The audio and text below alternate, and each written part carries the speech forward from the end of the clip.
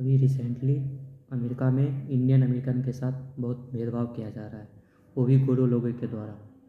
और ये गोरे लोग वहाँ अमेरिका के मूल निवासी नहीं है, मतलब इंडिजीनियस नहीं है। वहाँ की इंडिजीनियस जो पीपल हैं उनको अमेरिकन इंडियन कहा जाता है, जो कि साउथ या नॉर्थ अमेरिका से आए हैं या वहाँ के मूल निवासी हैं। वही अमेरिका जो नॉर्थ अमेरिका कॉन्टिनेंट में पड़ता है।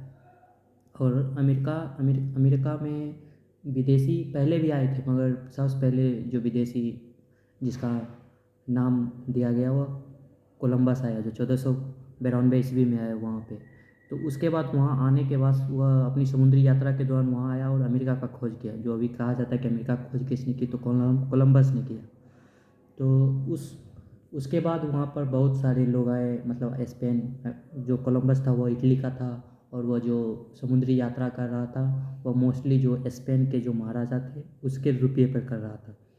तो उसके बाद वहाँ पर बहुत सारे गोरे लोग आए, मतलब अलग अलग कंटिनेंट से जो गोरे लोग हैं वो मतलब यूरोप से आए, वहाँ पर फिर माइग्रेट किए। अब वहाँ पर इतना हो गया कि जो अमेरिकन इंडियन जो वहाँ के नेटिव पॉपुलेशन से जो इंडिजीनियस पीपल थे, उनका जो पॉपुलेशन था वह धीरे धीरे डिक्रीज़ हो गया। अभी मोस्टली अभी जो वहाँ 50 स्टेट्स है, 50 स्टेट्स में मोस्टली 2-3% अमेरिकन इंडियन वहाँ के जो इंडिजीनियस ट्राइब है वो है।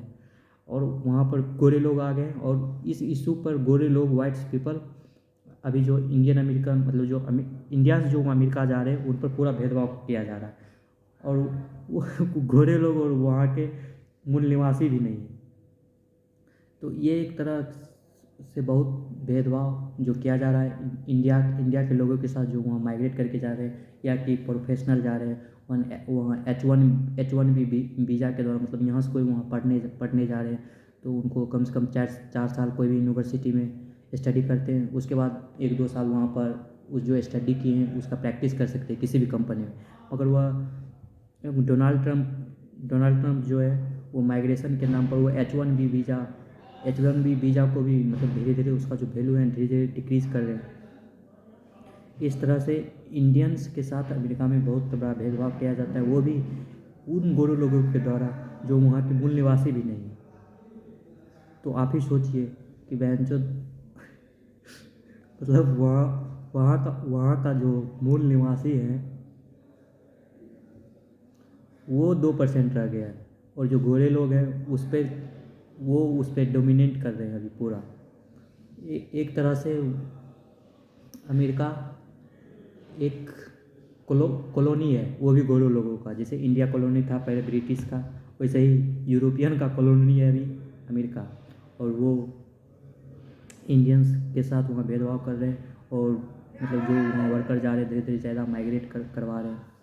तो एक बड़ा इशू है, मतलब कोई जा रहा है तो वह जो वहाँ टैलेंट नहीं है इसलिए तो कोई इंडियन जा रहा है, और इंडियन जा रहा है तो वहाँ काम कर रहा है, वहाँ वर्क फोर्स में कंट्रीब्यूट कर रहा है, और उसकी इनकम भी बढ़ती है। वहाँ कोई काम करने जाता है तो वहाँ कोई भी काम करने जाता है तो वहाँ का जो बेसिक है, वहाँ कोई रेस्टोरेंट में जाकर काम करता है तो इससे जीडीपी में भी कंट्रीब्यूट करता है। कुछ सामान खरीदता है तो कोई टैक्स देता है, फेडरल टैक्स देता है, फीका जो उस तरह का टैक्स है सब देता है। तो इस तरह से अमेरिका ही का एक तरह से डेवलप हो रहा है। तो इस तरह से आपको भी सोचना चाहिए कि अमेरिका गोरे लोगों का नहीं है, उसके बाप का नहीं है, वो खुद एक वहाँ रेंटर है। और इंडियन आदमी जो भी वहाँ जा रहे हैं वो भी रेंटर है। इस तरह से गोरे लोगों को इंडियन लोगों के ऊपर भेदभाव नहीं करना चाहिए।